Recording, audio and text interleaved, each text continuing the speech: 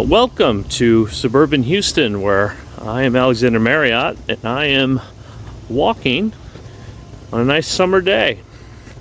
Thought I'd answer some questions this way instead of letting you read dry responses. Let's just do it live, as it were.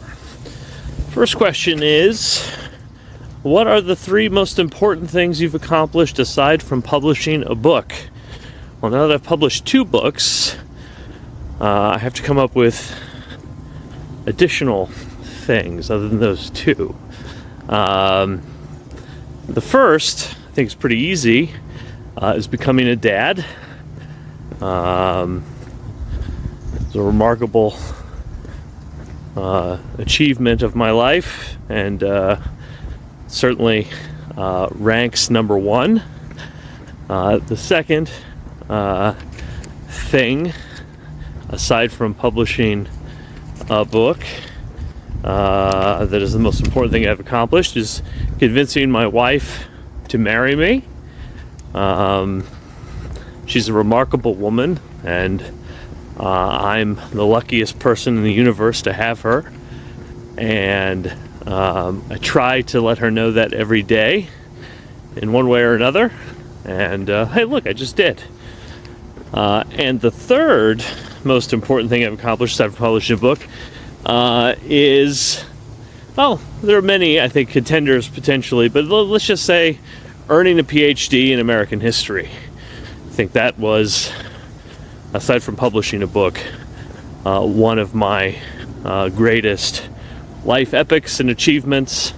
And of course, I still work with it every day, so it's still pretty important to me. In your own life, what influences and inspires you to write? All sorts of things. Everyday life, the people I know, the places I adventure to, the weird little things that happen every day, and curious people that we meet in our day-to-day lives. All of those inspire some part of my writing.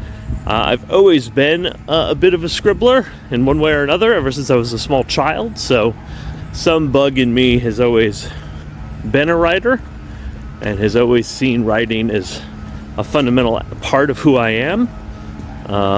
In terms of writing fiction, that has always been part of the package too. I've always written small short stories or works of fiction at various points of my life, but COVID, as I think I've mentioned elsewhere, it sort of gave me a lot of downtime to work on this as an idea, and hey, here we are 2 novels later. Maybe it's working out. Which book or author has had the biggest impact on you, and why? You know, I really object to giving the same answer to that question every time I deal with it, so let's just give a different answer than when I've answered this elsewhere before. So let's say book, we'll go with Josephine Tey, and the book will be The Daughter of Time. This is a book that was, it's a work of fiction, but it's essentially also kind of a work of historical detective detective work and sleuthing. It is ostensibly about kind of a man who's convalescing on a couch, suddenly doing lots of reading about Richard III and the death of these 2 little unfortunate princes in the tower, and discovering, or believing he discovers at some point along the way, that this could all be a work of propaganda from Henry Tudor and his propaganda machine as the winner of the War of the Roses and friends like William Shakespeare, etc. I don't necessarily care about the historical outcome of that debate, you know, who killed these 2 and what happened subsequently in the telling of that story. What was interesting to me when I read it in a historical research methods course Oh God, how long ago was that? It must have been 2002. Was that it was a really neat way to use what could ostensibly be a kind of a dry, almost boring historical topic or debate, and enmesh it in a fun, exciting, almost thriller of a sort of cool little detective book. And that always stuck in the back of my mind as something that would be kind of cool to do one day. I don't know that I did that in the School of Homer. Maybe I did. But that was certainly an inspiration or an influence on that work. All right. How would you summarize your book in as few words as possible? Oh, a Greek holiday with delicious food and how would we put it? A kind of a juicy, complicated, satisfying murder. That's it. That's the whole book. What were your first experiences with writing? Well, I think I kind of talked about that earlier. As a child, I used to illustrate and do my own books. They were very elaborate affairs. They had staples sort of working to hold the middle portion together so they could fold and be read like books. Pictures and whole 9 yards. I used to spend a lot of time on those and then give them to my parents so they could read them. I'm sure they were thrilled. And I was doing that when I was 6, 7, 8 years old. So for a long time, writing has been a part of my life. As a student, as a historian, always reading and writing. And when I have time, of course, reading and writing fiction. Ooh. That was when you walk around the Houston suburbs, you may fall. Lots of mud occasionally. Next question. In your opinion, what are the key ingredients for a good story or novel? So we're talking about a mystery, right? You want a compelling character to sort of travel through the mystery with. It doesn't necessarily have to be a heroic character, but you want a compelling character, someone you're interested in watching deal with the case. If they're not interesting, then you're going to have a tough time. And I would say, obviously, if you're talking to me about this, I want a good setting. I want to go somewhere. If the novel is actually set in my suburban Houston, Texas life, I live that every day. It could still be interesting, but from my point of view, one of the great things about reading is going someplace else, doing something else that I'm not necessarily familiar with, and hanging out with people that, while interesting and relatable in one way or another, are also different than me and different from you. How long do you spend writing every day? Well, sadly I don't get a chance to write every day usually. Just as a matter of course, life often gets in the way. Teaching doesn't allow me to write every day. Parenting doesn't allow me to write every day. Life's little adventures often supersede writing. But when I'm in writing mode, I will sneak in as much writing as I can whenever it's possible. So, how long do I spend?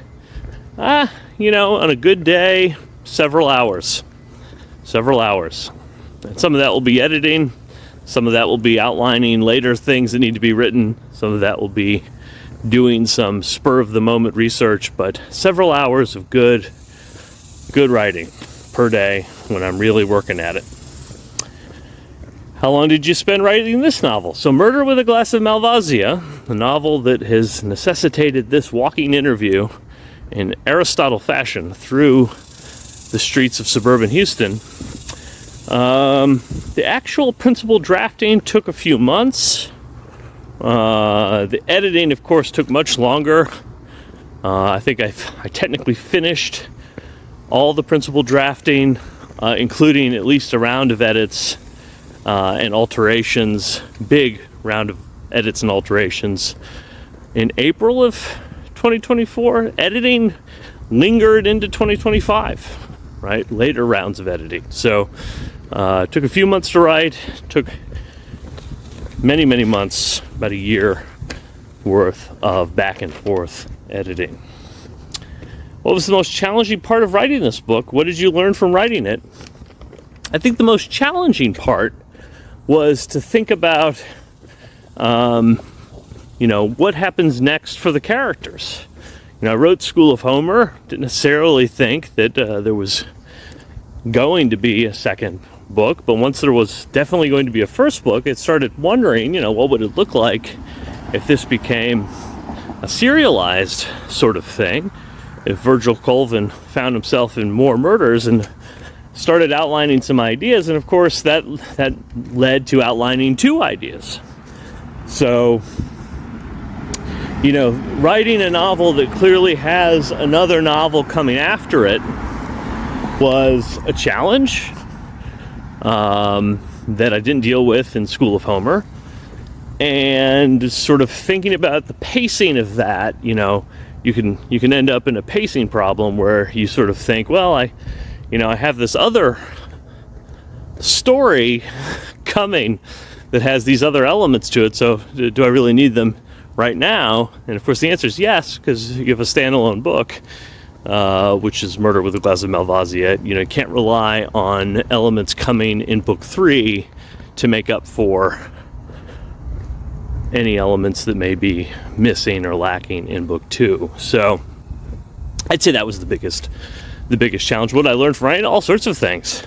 I use these books as an excuse to do a deep dive and read about all manner of things. So because Murder with a Glass of Malvasia is set in Monemvasia in the southeastern Peloponnese, I of course did all sorts of reading on the history of Byzantium and the Byzantine Empire and the Ottoman Empire and the Phoenician Empire, and that area of the Peloponnese, and wine, and all sorts of stuff.